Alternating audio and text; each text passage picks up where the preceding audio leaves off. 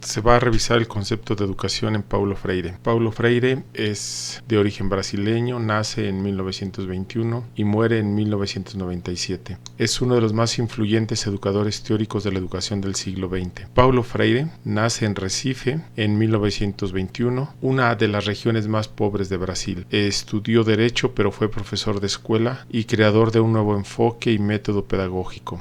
Da a conocer su nuevo planteamiento educativo con una tesis en 1958, cuando es profesor universitario de Historia y Filosofía de la Educación. Su metodología la aplica en sus inicios como alfabetizador de adultos en 1963, en la campaña nacional de alfabetización en Brasil. Consigue la alfabetización de 300 trabajadores rurales en mes y medio. Lo acusan de subversivo y es encarcelado después del golpe militar de 1964. Meses después es obligado a exiliarse y parte para Chile. Paulo Freire, influido por el pensamiento cristiano, concibe su pensamiento pedagógico. Promueve una educación humanista que integre al individuo en su realidad nacional. Define la educación como un proceso destinado no a la domesticación, sino a la liberación del individuo a través del desarrollo de su conciencia crítica.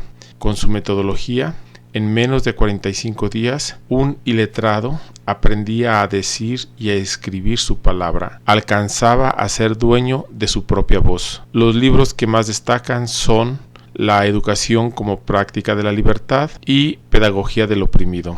Paulo Freire trabajó con hombres y mujeres no letrados, de aquellos llamados los desarrapados del mundo, con los condenados de la tierra, con los que no podían construirse un mundo de signos escritos y abrirse otros mundos, con los que el mundo del conocimiento sistematizado les era negado, con los que el mundo de la conciencia crítica les era ajeno. Para Freire, el conocimiento no se transmite, se construye. El acto educativo no es una transmisión de conocimientos, es la construcción de un mundo común a partir de la realidad representada por la palabra. ¿Qué significa educar en medio de las agudas y dolorosas transformaciones que viven las sociedades latinoamericanas en la segunda mitad del siglo XX? No existe educación sin sociedad humana y no existe hombre fuera de ella. Freire plantea dos opciones: una educación para la domesticación alienada o una educación para la libertad, una educación para el hombre objeto o educación para el hombre sujeto.